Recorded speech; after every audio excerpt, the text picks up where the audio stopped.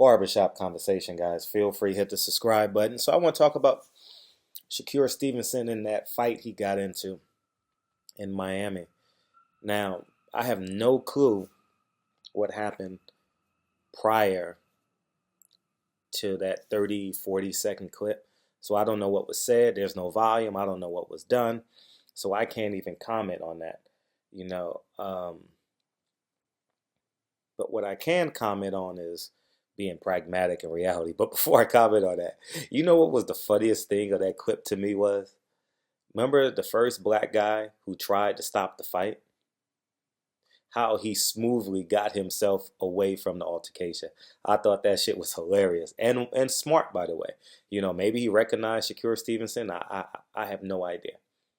But a fight occurred, right? And why this was obviously, you don't know who's who. You know, Shakur Stevenson is a little guy like me. You don't know if he can fight. You don't know if he can't fight. You don't know who he is. Even on the other side, you don't know if he's a real street dude. You have no idea the realities of the reality, right? Now, where I was alarmed was at the tail end of the video was when the girl tried to not tried, she attacked Grayton. And the reason why that's important is because that's the realities of street fights, right? Not he was lucky that it was a woman with no weapon because she was able to put her hands on him. Now, if that was his boys that was getting beat up, if that was his friend and he came out of nowhere and put his hands on Grayton, I believe the kid was, that might have been a knife, that might have been a bat, that might have been a pipe. You don't know. You honestly don't know. And that's why the objective is to get home. You know, I've said this many times in the past in my videos. My objective is to get home. I can care less how I am perceived in the streets. I can care less if you got a million cameras on me. My objective is to get home to my two kids. And I think Shakur Stevenson and Drayton may have lost sight of that because they went on and slightly tried to finish the deal. And truth be told, that's the realities. You get into a fight and you move on. But now he's going to have to pay some sort of fine because fine meaning if they can substantiate and prove that he's guilty. I don't know who's innocent or who's guilty, but I have a deeper concern as it relates to Shakur Stevenson. Shakur Stevenson is an Olympic silver medalist who has a great team. You know, in terms of black leadership, Jay Prince, Andre Ward, Terrence Crawford, um, you know, but between those three, there's a great level of common sense and a level of pragmatics. And um, he has to find a way to diffuse himself and see the greater picture. He needs to see everything from 50,000 feet. When you are successful from a mindset perspective, you're able to view things from a 50,000 feet vernacular. And I think a lot of young kids have this problem as well. And I would consider, well, it was his 21st birthday. That's really young. And I would hate for this to happen again because now he has to fix this stuff. He has to, people are going to say, I mean, the first things that come out to me is, oh, they're going to say he's a woman beater. Then they're going to say he has no character. Then they're going to say he's a hothead. And that takes equity. That takes financial equity. That takes rebranding. And it's no mistake that they released this video 2 weeks before his fight so it can get as great a legs as possible and demonize Shakur Stevenson. And he's going to have to come to grips with this. And hopefully he gets it. Hopefully he learns from this and he moves on. I can't sit here and place guilt on Shakur Stevenson because I have no idea. It was a 40-second clip, you know. But Shakur Stevenson being a silver medalist, professional fighter that he is, he should have found a way to escape the situation because you get paid to use your hands, Shakur. You get Shakur, right? You get paid to use your hands. You don't get paid in a street fight. You know, the days of Mike Tyson beating up guys in the street of Brooklyn and Harlem are over. People are not fighting anymore. People are shooting people. People are beating up people. Um, you know, um, so I think that fighters who can hear my voice and watch that video, hopefully they learn. Don't stick around to fight. Find a way to get out. And obviously Mills Lanes, protect yourself at all times. No, he says I'm fair, but I'm firm, right? But protect yourself at all times, and find a way to get out. I'm gonna tell every professional fighter this: no one will perceive you as a punk by avoiding a street fight.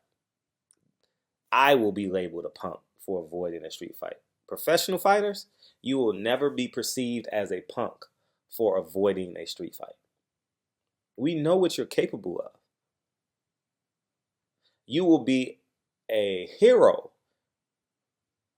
You will be heralded if you avoided a street fight. You will get so much praise. It may not be as loud as you want it to be, but from a man's perspective, you know, from a man looking at that, like after he says, "Oh man, I wish he would have fought," he would have came back 30 seconds later in his mind as he saw that video and be like, "I respect him for not fighting him.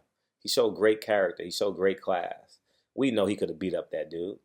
You know, there's only a handful of people in the world that can beat Shakur Stevenson. I'm talking about in terms of weight class and all that. And I don't know who they are.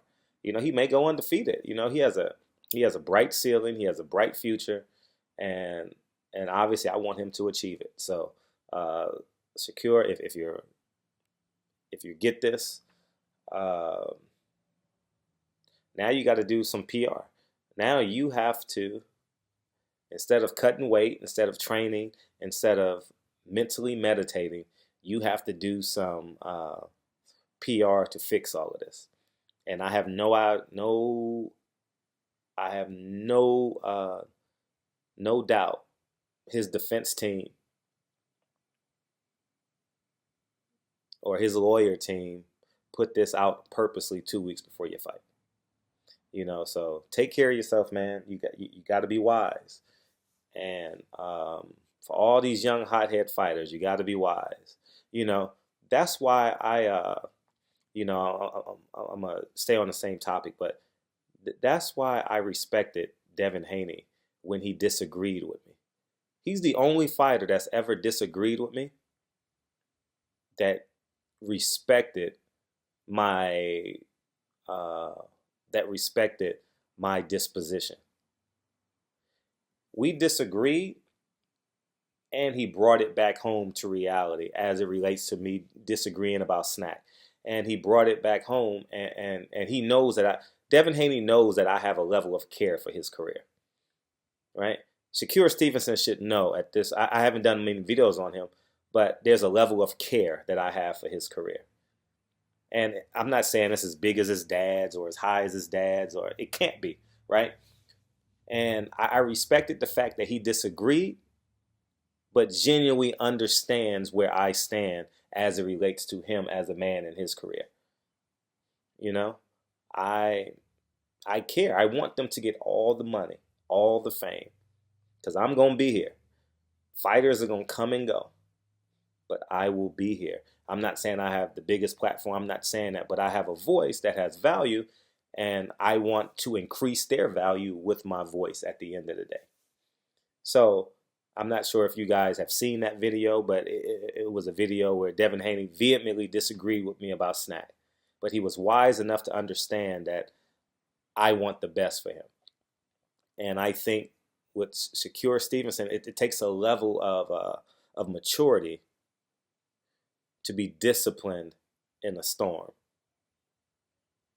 And not all of us are perfect. And that's why I'm glad nothing happened, and he can learn from this.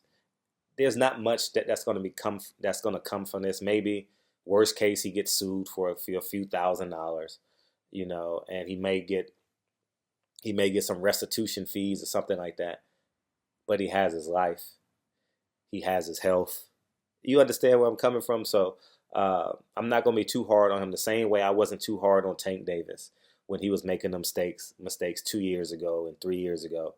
Um, but now Tank Davis knows now. He understands that he can't make these same mistakes that he's been making.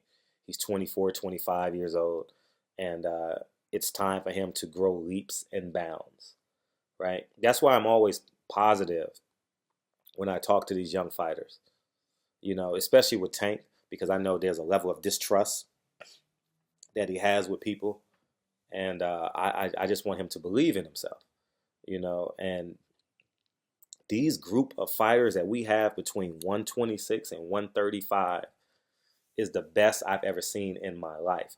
It's better than Floyd Mayweather, Shane Mosley. Uh, Obviously, those were the top two. The Oscar that it is. If you put all these guys together and stood them up against, it is by far the best group of kids. Sheesh. And just think, no one's even mentioning the kid out of New York. And man, the one. I just saw him box. He's a hell of a fighter. He has the pink hair. He just put on a boxing exhibition on Keith Thurman's undercard. He's not even being mentioned, and he is a top shelf boxer. Can you? Forgive me for drawing the blank on his name, but imagine we got the Balderas brothers. No one's even mentioned them. We got Teofimo Lopez. Jeez. This group of 126, between 126 and 135. We got Jesse Magdalena, who's going to make a comeback strong at 126. Man, we are in great hands with these under 26, 27-year-old fighters. And I can't wait to see these guys fight each other. That's what I always tell them in public, on camera, and in private. If y'all fight each other, this will be the greatest. This will be one of the greatest eras of boxing if they fight each other. Because no one cares about, at the end of the day, if they fight each other, the wins and losses will count in terms of pride, in terms of ego, but they all go to the Hall of Fame. How beautiful is that? If these 10 guys, 12 guys, 15 guys fight each other, they all go to the Hall of Fame. No doubt in my mind. So learn from this. Learn from this, Devin Haney, not Devin Haney, Shakur Stevenson, and learn from it, and you'll become better because if you got a great team around you, in terms of intellect, in terms of common sense. Andre Ward is a top 20 fighter, pound for pound of all time, probably. Jay Prince has, he is infinitely loved in every hood in America in terms of level of respect. So, you got a great team around you. So make better decision next time. And